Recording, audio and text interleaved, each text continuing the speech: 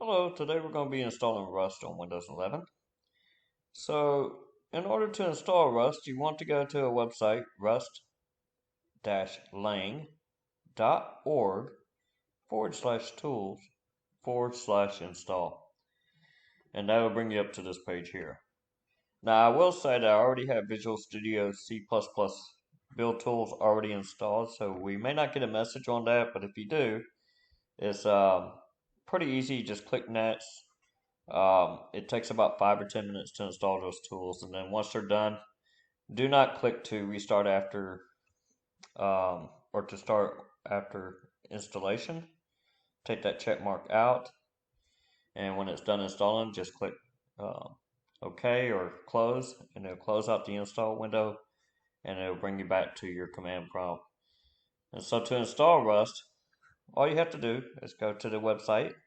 Once again, that's rust-lang.org/tools/install. And then I'm using 64-bit Windows, so we'll click on the 64-bit install. If you're using 32-bit, then click on 32-bit. So once we click on that, we'll get our Rust init, and that's going to bring up the command window.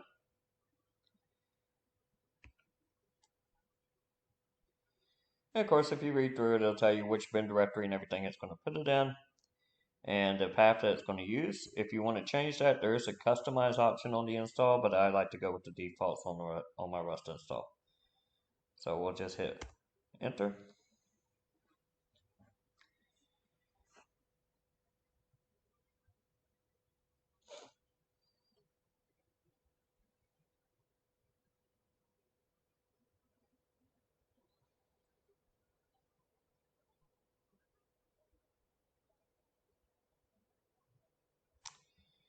Okay, now it's installed.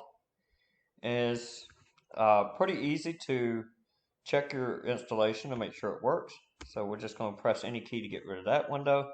So now what I'm going to do is I'm going to bring up a new command window. By going to command prompt, of course, you could just type in the CMD in your search box there to bring that up. So in order to make sure it works, you'll just type in Rust C, and then you'll do --version, and you will want to spell out version. And there, now we can see it's installed. If you want to see what other options are available, you can just type in Rust C, and it'll give you a list of the options that you can use.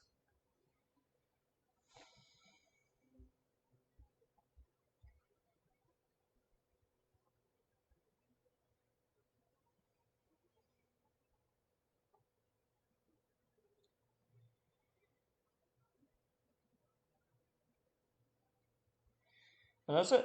Now you have Rust installed. And if you like this video, please click on like and subscribe so more people can see more videos like this. I do plan to do a series of the basic Rust language. It will be a more beginner's tutorials. And in the future, I'll probably do an intermediate one depending on how well the beginner's tutorials do. Anyway, thank you for joining. Bye.